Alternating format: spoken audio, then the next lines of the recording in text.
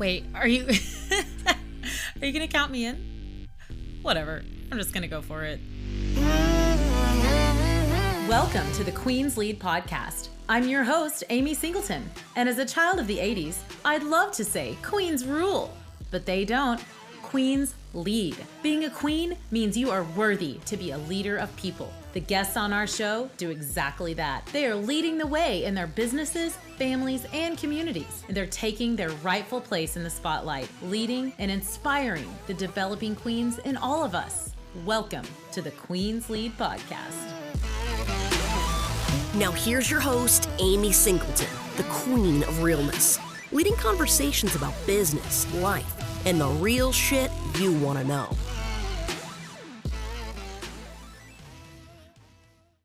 All right, everybody, welcome back to another episode of the Queen's Lead podcast. I'm your host, Amy Singleton, and today we have a very gracious guest who, if you guys saw my post on social media recently, you saw that we recorded an entire episode of Queen's Lead on this new platform called StreamYard, and Amy, yours truly, forgot to push record. So Brigette Sobus is so gracious to come back and have a whole nother conversation with me so that you guys get to hear her journey and her story, because it is an amazing one.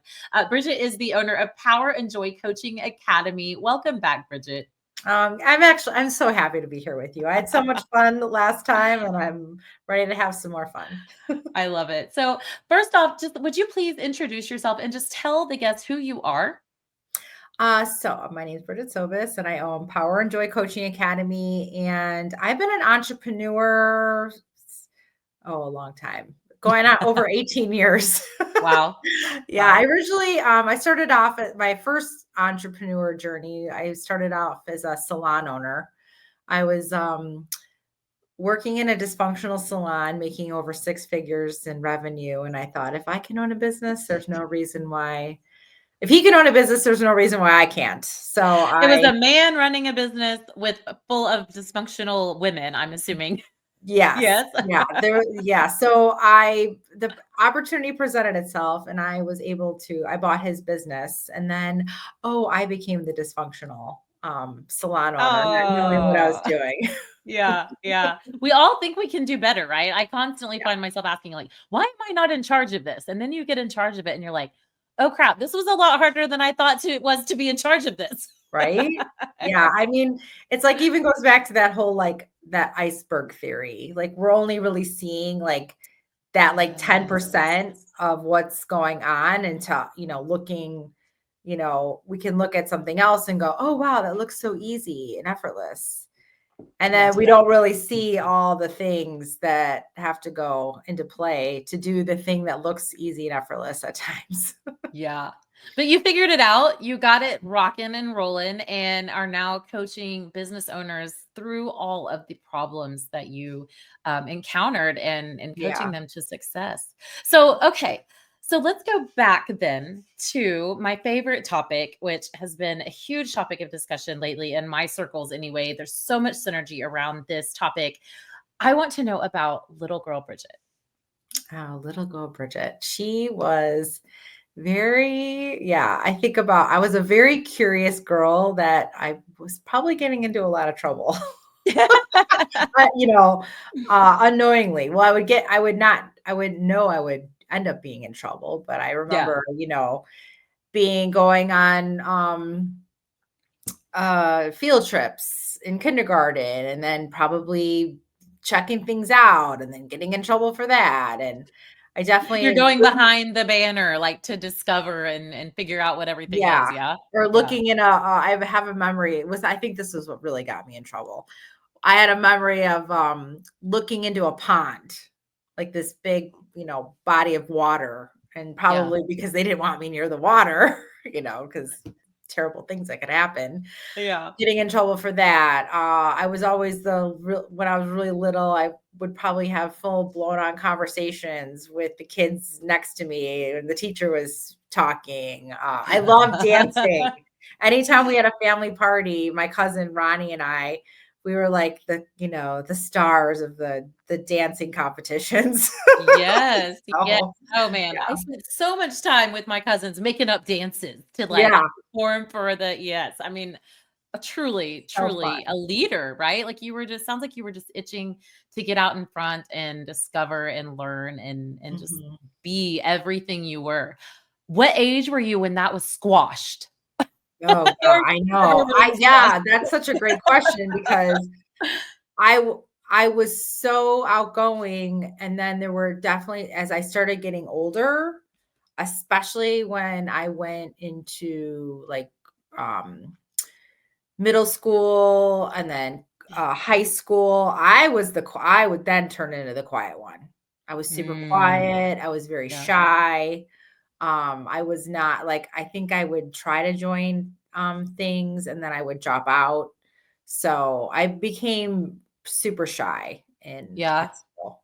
Mhm. Was it something that I mean, I know like for me, and I've spoken to several women who are around my age is 43, who had parents or people in their life who would have like emotion for them. Mine was this, like or like this, like quiet down, calm down. Another Yeah. lady said hers was like this, like turn down the radio. Was it something coming from like outside on you trying to get you to be less or be quieter, or was that more of like an internal struggle of your own like I think it feelings? might have been both. I Mhm. think the confidence started lacking in certain areas. You know what? Also, another thing that happened, we moved.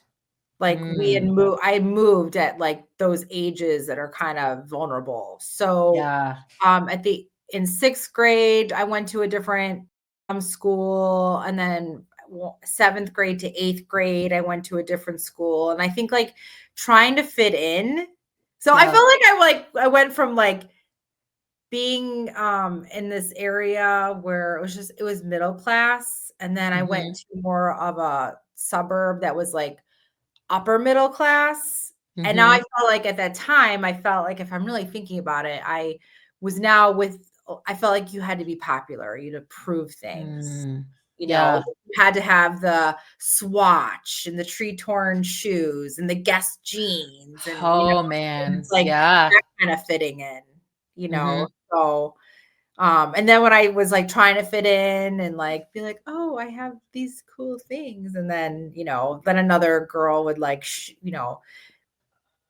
talk about me because I was trying to brag, and really, you're just Yeah. trying to fit in at that age. It's not like you're Oh necessarily god. trying to brag, Yeah. you know? Yeah. So what do you this is an interesting question that was posed to me recently, actually.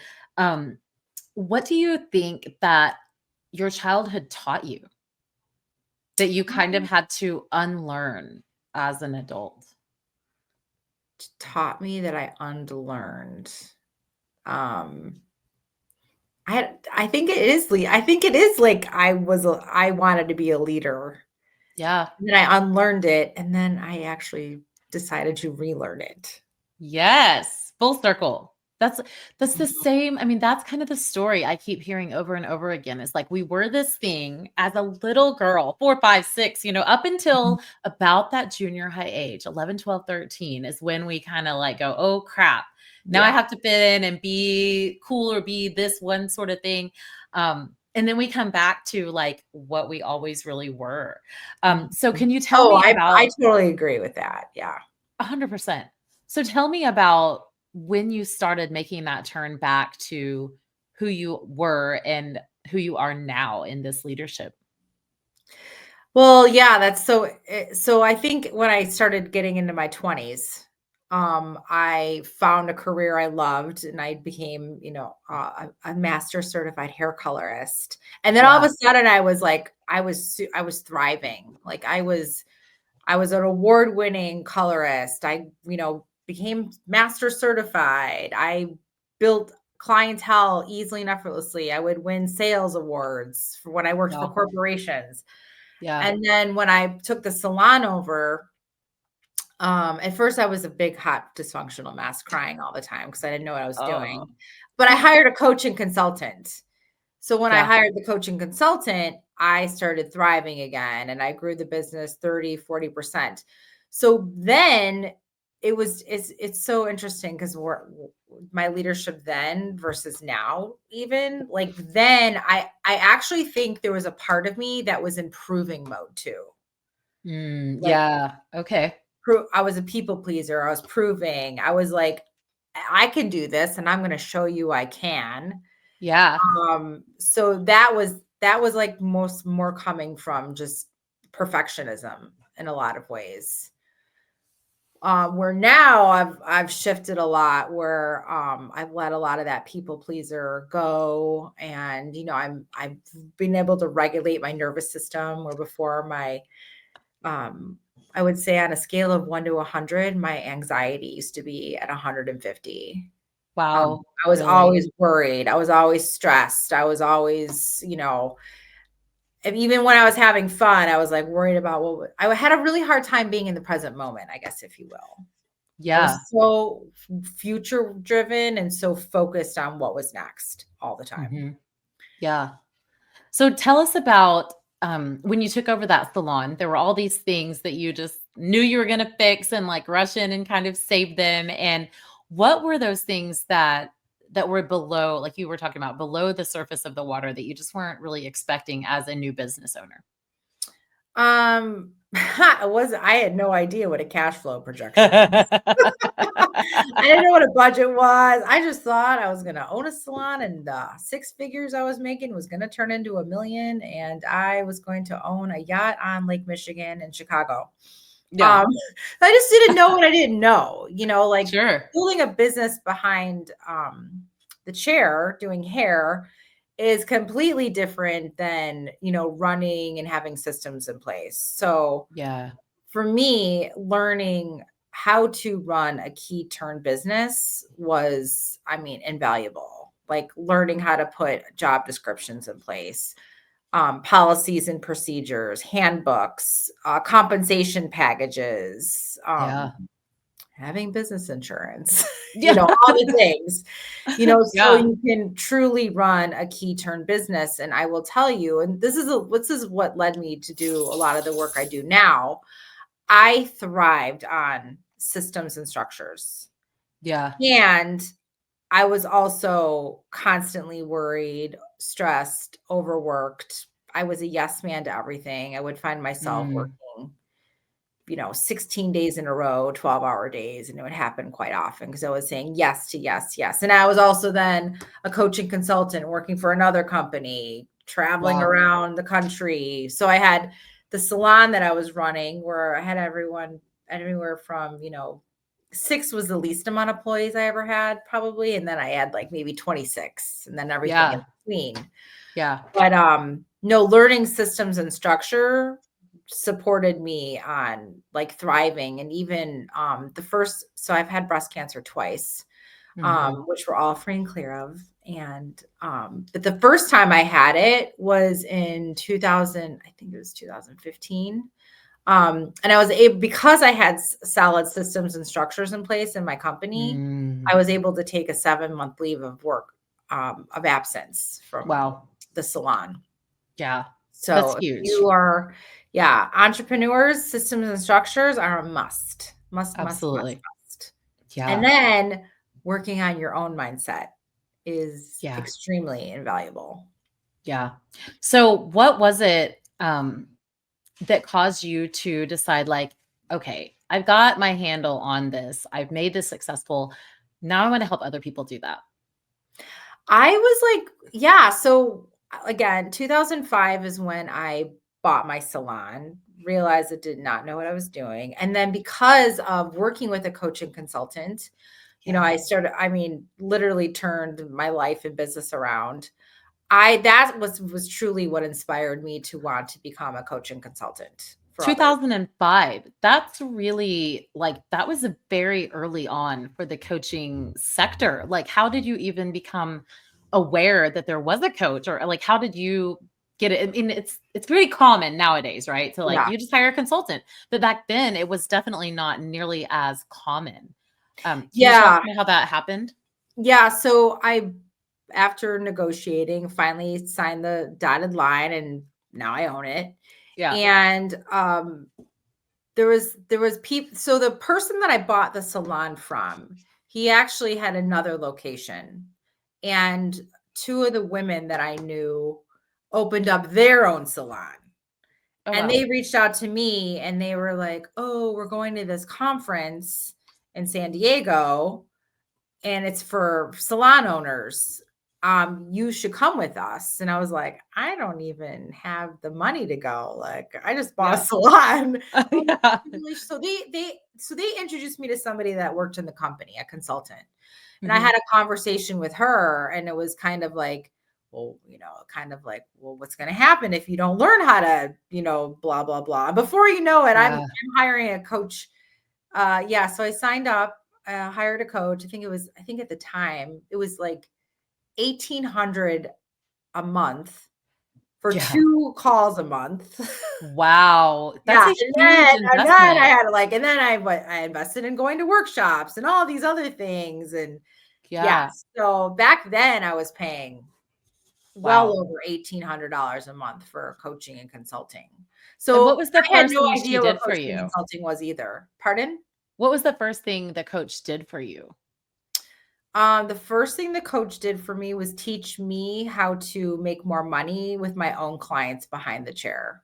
Oh, wow. So how to Okay. do very thorough. He taught me sales. Like I was pretty Mm. good at sales, like not Yeah. knowing really how to do sales.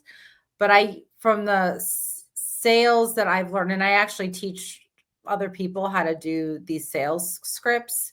I Yeah. took my what it does, even if they're not in the salon industry, teach coaches and consultants how to do this.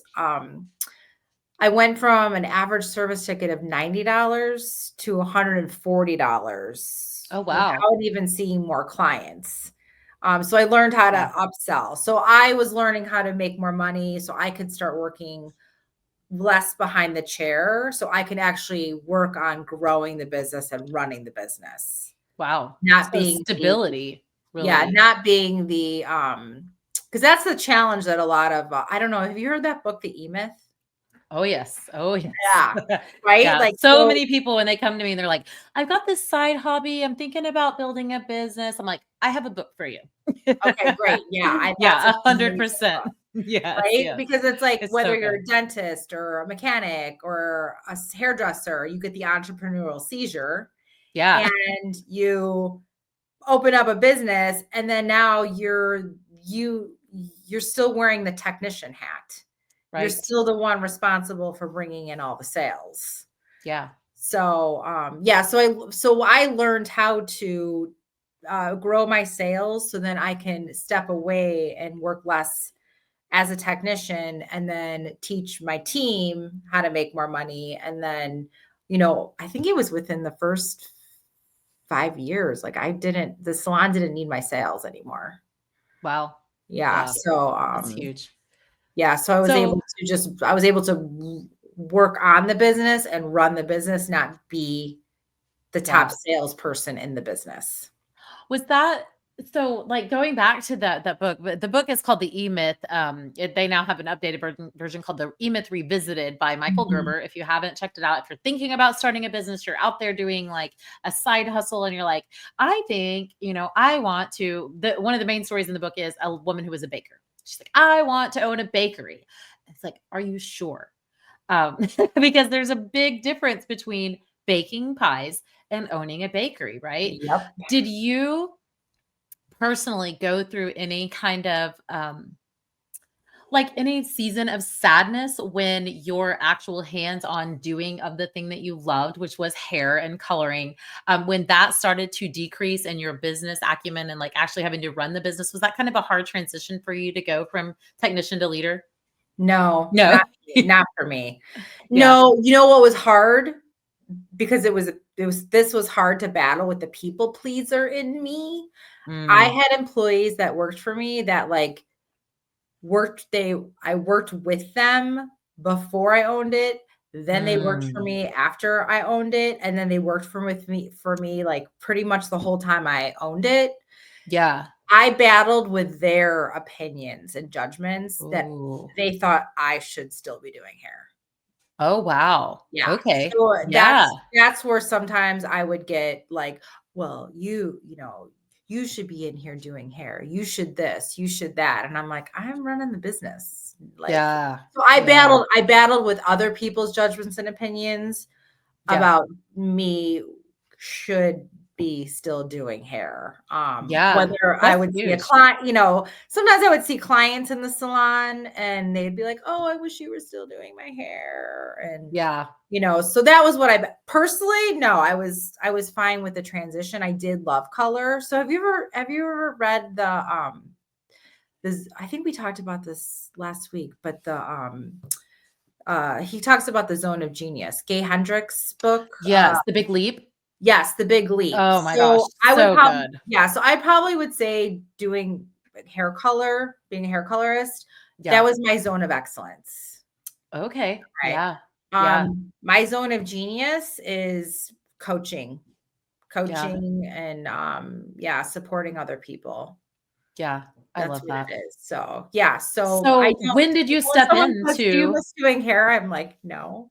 Someone just a client of mine, that Yeah. I'm coaching right now. She's like, Yeah. "Well, not off topic, but what do you think I should do with my hair?" And I was like, I don't do hair anymore. I'm from the industry, and I didn't like cutting hair. I was a colorist. Really? Yeah. But it's so funny because people still like want to ask me to this day, "Well, can I just used to do hair? Can I?" And I'm like, telling you. Oh yeah. I have not worked as a nurse since 2012. And people are still like, "You're a nurse, right?" And I'm like, "I do not want to see your rash. Thank you. I appreciate that. I do not. No, not anymore. I don't miss it. Okay." Yeah. So let's talk about the transition then from the salon ownership to the power and joy coaching. Like, what happened that caused you to go, "All right, I'm so much better over here than I am over here." How much time do you have, Amy? I'm just kidding. Right, I know it. All day long, girl. Let's hear it.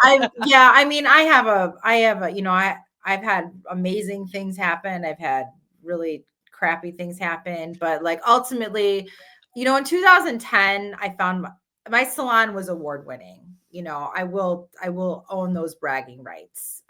In Chicago, right? Actually, so salon, there's a magazine. It's a higher end magazine in the industry called Salon Today magazine. And every year they have the top 200 salons in North America. Wow. And I won that for 13 years in a row. Wow. So, and then some like other awards from other other organizations. But in 2010, I found myself going through a really nasty divorce. And that took me over 2 years to get through that divorce. And my ex-husband has passed on. I've, done my forgiveness work on him, but he was unfortunately a drug addict, and he wasn't. So I was running the hair salon, and then he was not managing. He was supposed to be managing 2 properties that we owned. Yeah. And he wasn't paying the mortgages on the properties, and all the mail and all the bills, and we didn't have 100% of all of our like bank accounts together and all the things. And I found out when it was way too late that the buildings were going into a foreclosure process. Oh man. Yeah. So anyway, divorced, and then to get out of the divorce, I felt so trapped in that marriage. Because like he wouldn't show up to mediation appointments. It was just dragging. And I literally took on 100% of the debt to get out to legally get out. Yeah. So then I found myself in $1.3 million of personal debt. Wow. And then I had mentors and legal advice. Even my own parents were like, "You have to file bankruptcy to get out of this." And I was like, and I'm at risk for losing my business that I built. Right. Yeah. And after going back and forth, I decided to do it. And then the trustee scrutinized my business. So, like hair salons are very interesting to value. Yeah. Because if all the employees walk away and there's no business, there's only shampoo chairs and chairs and inventory. Right. There's no business. Yeah. But because it was profitable, they really scrutinized it. And then they said it was worth this much money. I said it was worth this money. Then I decided to buy my own business back from the bankruptcy trustee. Wow. Which then so then I was like, how does this happen? Like, who does this? Like, I got divorced. I get breast cancer for the first time. I filed bankruptcy. And then that very same year, I like broke off my 5-year romantic relationship. Wow. Yeah. And, after they scrutinized my business and then we came to the agreement, I had to pay a very hefty amount of money to buy the business back. Yeah. And I went into massive like survival mode. I was like, I felt like I was borrowing from Peter to pay Paul. I was also working as a consultant for another company. I mean, I was working really hard over here. And then I even became very vulnerable with my team. And I was like, I need you guys to know why I'm acting like a maniac. Like, cause I was so stressed. Yeah. And I was like, I'm buying my business back from a bankruptcy because of my divorce. And they all knew, they knew who I was married to. And they were like, we're so sorry. How can we help you? I'm like, just do your job. Come to work. Like a lot of them were making great, they all had 401k, they had health insurance, they had vacation pay. They all had very good. It just became one of these weird situations where nothing I did for them was good enough. And then like, I wasn't there a lot because I was working over here to make more money.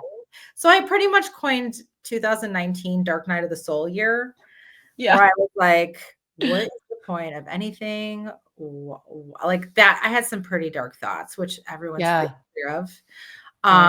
That was kind of the catalyst. And I had a walkout.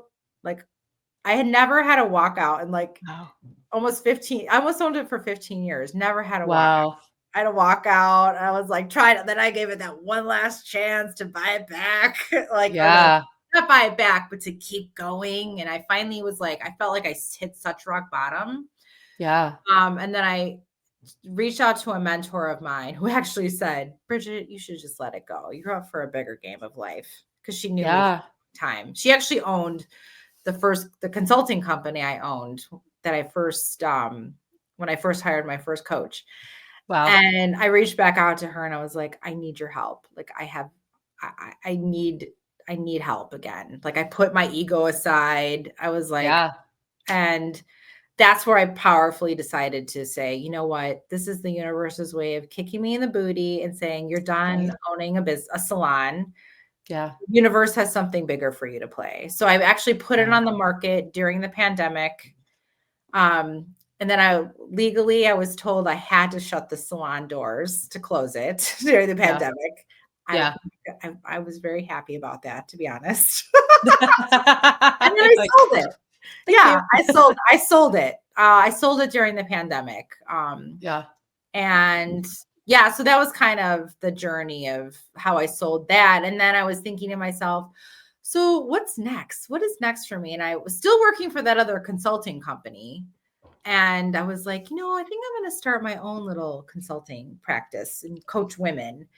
And then I had always heard of NLP, but I didn't really know what NLP meant. Neuro-linguistic programming. And I was like, I'm going to get certified in this NLP. So I had hired a coach again. I had, been in therapy, and I took an NLP certification course that also I learned hypnosis, which at the time I thought was weird, and also timeline therapy. And I wasn't even halfway through my program. And I was like, oh my gosh, am I not mad at that anymore? Am I not upset? Like, because my mind was always on a hamster wheel of negative thought patterns and negative emotions. I used to have a running joke, even at the heights of my success, like producing over $1 million in revenue when I owned the salon and doing consulting work. Nothing ever was good enough. And I would say, have a running joke of like, I wish I could get a lobotomy so I can disconnect from these negative feelings and these negative thoughts. Wow. Well, I actually got a healthy way of not getting a lobotomy, which were free. Yeah. I was like halfway through my NLP certification. I was like, is that not bothering me anymore? Do I not think that? Am I not angry? And I was like, this is what I meant to do. I meant to learn how to teach this. So I literally had a quantum leap. in 6 months, I got my master's certifications. I got my board certified certifications to become a trainer. And I launched Power and Joy Coaching Academy 6 months later. Wow. Wow. I had a quantum leap. What did you, going back to the time when everything felt like it was pouring down on you, the divorce, cancer, losing the business, the bankruptcy, like so many of us have had that kind of crushing rock bottom moment. Well, I only have 2 questions. What was the catalyst for like bringing you out of that? And then the second question is, when in the process of knowing that you were like done, should you have made the decision to be done? And how long did you let that keep going on before your friend finally was like, Bridget, you're done? You had to hear it from someone else on the outside. Oh, geez. I actually, to be honest with you, I had years where I would say, Really? I'm done with the salon. Yeah. Like, in hindsight, you can't go back, but I loved owning a salon at times. I loved doing hair at times. And then I was, slowly falling out of love with actually being a salon owner. I knew in my heart that I loved coaching. I love coaching. And I mean, I would literally sometimes tell like my friends, I'd be like, look, this salon is starting to suck out my soul. Yeah. And I was also worried at the time about letting other people down because I was so worried, because I was like, oh my gosh, will they, like I provide livelihood for these people, So I felt this like sense of responsibility for others. So I was putting a lot of other people in front of myself. Mm-hmm. And then I think like when I finally hit rock bottom, when I had that walkout, and then I couldn't, like, it was really hard to keep up with the bills, and I felt like I was like borrowing money from family members, going back into bankruptcy. That was just finally the last straw. I think I was just so like, I cannot do this anymore. Right. I can't live like this. What was the quantum leap in learning the neuro-linguistic programming, right? Neuro-linguistic programming, NLP. What was that quantum leap with the realization with what you learned there? I just was like on fire. I like literally invented a brand new business like right away. I was even in the middle. My first training that I did where I certified others, I was literally still in the middle of my own training to become a board certified trainer. Wow. I was literally closing people in my first program before I even officially was a trainer, like had the certification in my What hand. is it about the NLP my mindset just like flipped, like it flipped up, and now it's what is it about that someone who's not familiar with it can take, like, to help our own, like, to have our own quantum leap? Yeah, I mean, I would say, well, first, I mean, that negative thought pattern, which may I swear in this? Please do.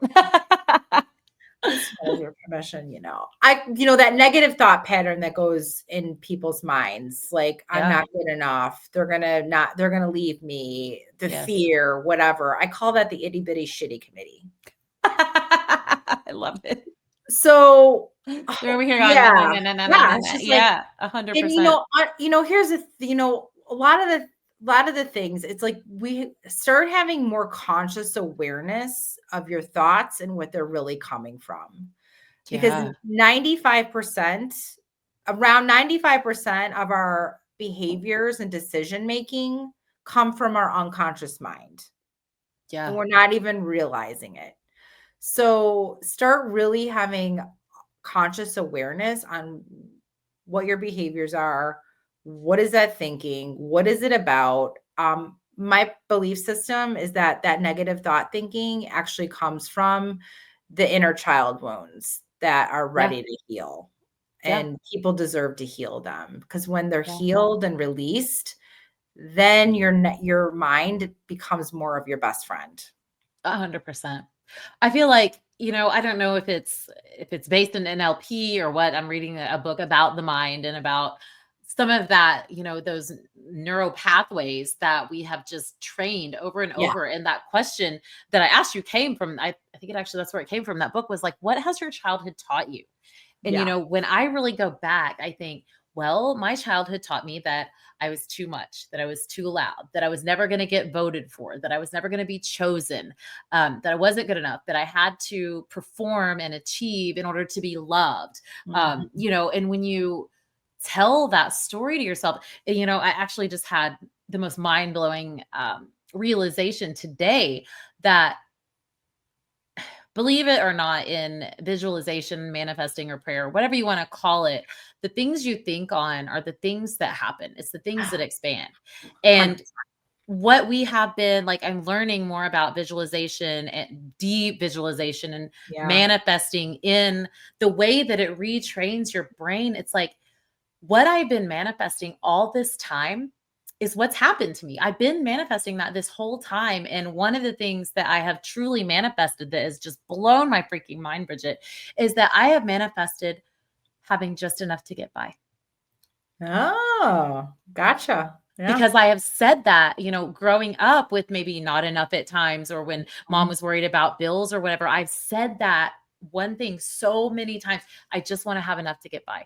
I just want to have enough to pay my bills. Yep. And I've started to recognize that, like, yeah, I am fine. But am I buying a Ferrari and a yacht? No. Do I need those things? No. But also, I do. I have enough to pay my bills. I have enough relationships to keep me happy. I have enough business to keep things moving forward. I have enough friends. But what I want, oh my God, I want a life of abundance. I want a life that's so much more. And if I can really start reprogramming what I'm saying to myself in that way, that's when it happens. Is that what I'm hearing you say?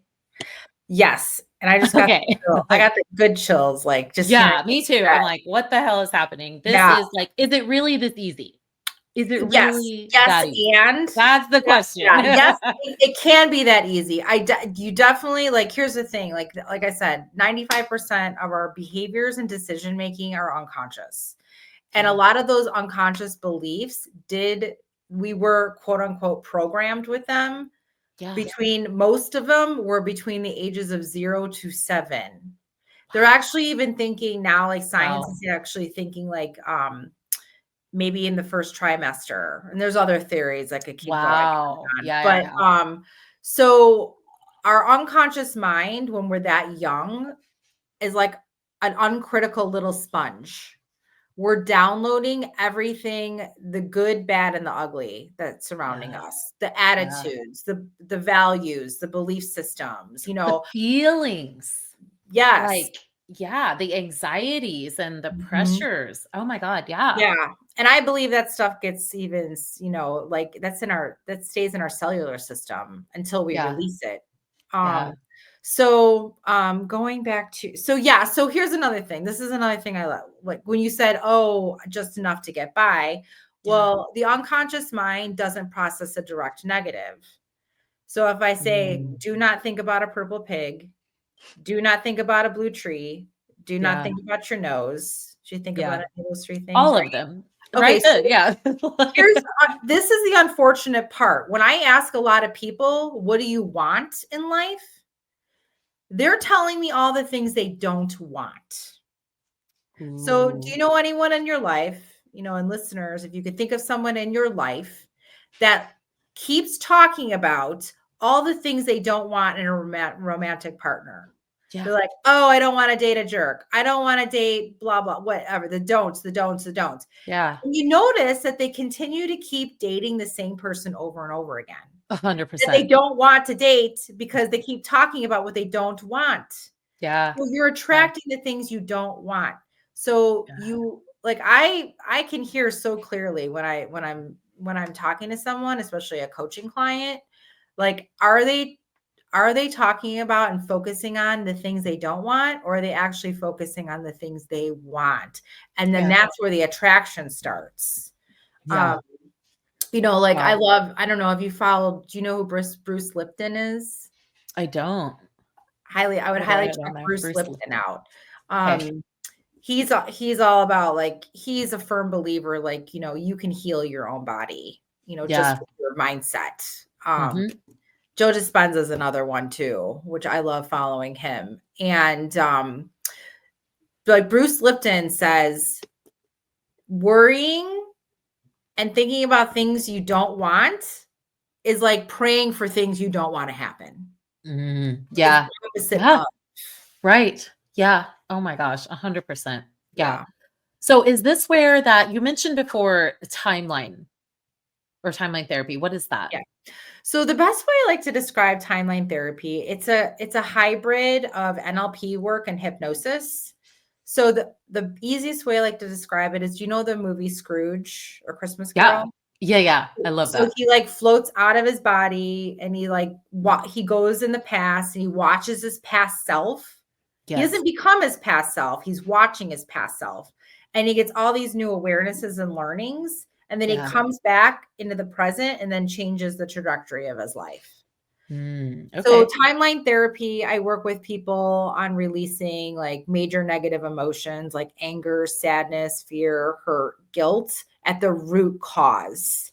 And it's different than talk therapy. I'm more eliciting what the less I actually know about the incidences, the better. So I even do these processes releasing trauma. Yeah. I've worked with women that have had like sexual trauma abuse, physical, mental abuse, growing up and with, family trauma, Yeah.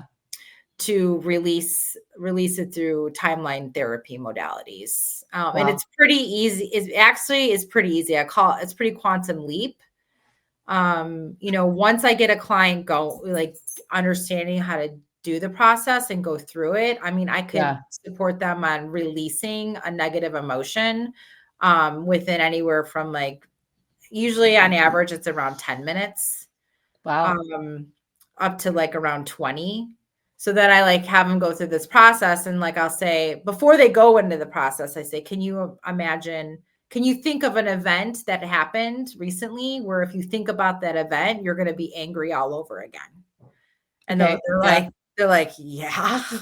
And then I take them through the process. And then when they come out of it, so it's very light trance. They're still very awake and alert. Yeah. Then when they come back and I'm like, so that event that you used to hold anger on, how do you feel about it now? And they're like, I mean, I know I was angry, but I don't feel Yeah. it anymore. Like it's gone. Wow. And I'm like, Yeah. I know. It's pretty Just cool. going through it and kind of watching from the lens of a fly on the wall, so to speak, of like kind of what happened and then just processing like, is that what you're getting at? Like you just sort of process what happened and sort of Yeah. I think another quote I like love is like, when you change the way you look at things, the things you look at change. So it's like yeah. I'm having them like unconsciously look at the situation in a different lens. So they're getting like positive learnings, positive Yeah. qualities they've learned about themselves, Yeah. positive emotions. So Yeah. they can just like, I mean, for me, example, like I can look now back at my divorce and I'm like, it was just something that happened to me, Right. Right. Yeah. Yeah. versus like, if you asked me about my divorce and you knew me like 5 years ago, I'd be like, like, I'd be like, you'd see me get Yeah. all like uproar Yeah. all over. I Yeah. called it the ball and chain of negative emotion. For sure. Yeah. I just had a conversation with someone this morning about, you know, kind of looking at situations like that, at things that you've been through and through just a different lens of radical responsibility, really. Mhm. And like, why am I the woman that keeps attracting men who are a narcissist? Why do I keep marrying people? Why do I keep chasing after jobs like this or clients like this? And Yeah. you kind of Yeah. start to see it in a different light. Like, okay, maybe I'm attracting those things. Maybe there's something different I can look at in this Amy, situation. I'm like, love it. And you're saying that because I really, I mean, I'm not a trained therapist. I personally believe that I'm a catalyst for my clients' healing work. Yeah. 100%. And so I sparingly use labels on people. I really have to, I'm gonna be really like, Yeah. and that, well, because I see a lot on social media, like even professionals talking about, we'll just use the narcissist for an example. Like, and then you got to look at this person now and their trade and this, and the narcissist pulls you in by this. They keep pointing blame to the narcissist. Yeah. Which I'm not saying the narcissist doesn't, they may have like pretty crappy behaviors. Yeah. You know what I mean? But you're choosing to be with them. You're choosing to stay in their presence. The person that's being that's attracting the narcissist, my thing is like, it is time to do your own healing work. That's right. It's like taking responsibility for your healing work versus pointing the blame on the other person.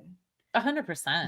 I mean, like, which is easy. It's easy for people to do. I mean, I probably did it a million times. I mean, we've all been victimized in certain ways, right? Like, but we can't, if there's anything I know from sobriety alone, is that I can't control anybody but this girl right here. And, even, I use this example a lot. Like, my first husband was my very best friend. I met him when I was 12 years old, 7th grade, grew up together, almost 20 years together as best friends, 9 years married, 2 kids. He was gay. Okay. Most people would look at that divorce situation. I mean, I was super angry, Bridget. I lived in that victim mentality. I was so angry, and felt every kind of way. But when I finally dug in and started doing the work, and for me, my work is a therapist and a coach. Like, to me, you guys like go hand in hand. Like, I gotta have both of you because you are kind of like a therapist, but not exactly, right? Like the modalities go together. But accepting radical responsibility for that situation. Like, most people would look at that and go, okay, well, he was gay. You had no onus in that situation, but I did, I latched onto him at a young age. My entire identity was wrapped up in him. We were best friends. We just kept taking the next step. We didn't, there were lots of signs I ignored throughout our marriage. There were so many things that I had some responsibility in that. And it wasn't until I looked at the situation and went, okay, what was it that caused me to be with him? What was it that caused me to stay with him? What was it that in our friendship that caused me not to help pull that out of him earlier and help him on his way? Like, I had some responsibility, even though it wasn't my fault, like getting hit in a car wreck. Like, it's not your fault, but you still have to, you got a responsibility. You got to get the car fixed. You got to call the insurance agent. You have to do it on your own. Like, instead of just reacting to all these people that are coming at you, there's actually a choice in that. Yeah, I can't remember which book it was that I read, but talking about taking radical responsibility is like, everyone's free and clear of this, but like, if you get hit by a car, well, guess what? I'm the one that chose to get in my car at that time, and I was at that same place. So it's like, there is that point. But and then I also, I was just at an event from a woman that I know that put on and she had a speaker there, and he was talking about like, hey, if you actually are looking through, everything is happening for me. Yeah. And what are the lessons that I'm learning? Right. So it's definitely a different way of thinking. And I think it's powerful. For sure. It's really hard to think that in the moment as you're faced with a divorce or a bankruptcy or a walkout or a diagnosis or something that you and I have both been through. But truly, like, if it weren't for all the past things that we've gone through, we would definitely not be here. For sure. Yeah, it was so I was at physical therapy this morning, and they always ask these like, and I feel like they do this at a lot of physical therapy places. They ask questions or have riddles everywhere. Well, the question was, and like people vote each week on the new question. And the question today or this week is, if you could choose, would you go back in time or would you go out into the future? Oh. And I was like, because I started like talking about it out loud, and I'm like, I don't know I'm like, I don't know if I go back in time. I'm like, are you looking at just you go back there just to take a peek, or right? Do I live there now? And then I was like, you know what?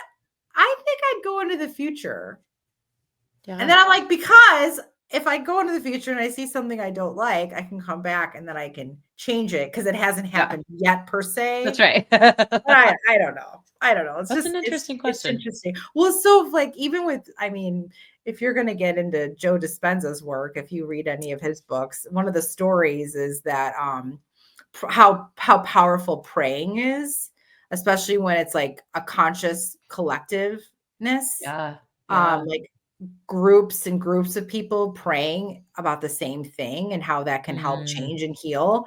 He was it was interesting. I mean, you know, you have to be like, oh, this is interesting. And what do I think about this? And I always recommend everyone do their own research, but I guess there's a story about, you know, like people were sick. A lot of people got sick in this one year, which was in the past. And then all these people were praying for something. I'm probably not telling the story as good as it is, but it's almost like people were praying in present time. Yeah. And then praying for something that happened in the past, and actually things shifted in the people that were sick. Wow. Back then, and not like their now life or something like that. Wow. I can't remember which one of the books. No, I believe it. I mean, there's so much synergy in everything's just energy. Like when you really get down to it and you see the synergy, and when it starts to happen, it just, I get called woo woo a lot, but no, I'm here for all the woo woo, all the, I'm here for all of it. Energy's energy, you know? That's right. I find this stuff fascinating, but I always tell everyone, I'm like, you got to keep doing your own research, exploring. You can go down rabbit holes, down some of the theories. I mean, I get it, you know, but I personally do believe in the mind, body, and soul connection, and we can definitely heal our own bodies. And so that's one of the things, you know, since I've had, you know, breast cancer twice, my personal belief system, and I tell everyone to do their own research, is I had breast cancer from traumatic experiences. Yeah. So I'm all about healthy mind, healthy body, healthy spirit. 100%. I think it's in The Big Leap. Gay Hendricks says he has not been sick for like 17 years, like not even a cold, nothing. Because of that mindset work. Like he comes right out and says it. He's like, I'm not saying I'm not going to get colon cancer tomorrow, but like, I've not been sick in a really long time. And I don't get colds that much anymore either. It's sometimes I have been sick, but like, sometimes I have to be like, oh, it's really been a minute since all right, I'm just keep being healthy. Yeah, I know, right? I know. I can't believe this has already almost been an hour. So I know that you have a tool that is going to be helpful to a lot of people like me who are recovering, hopefully, like me from this, but maybe your tool can help them. Can you tell us what it is?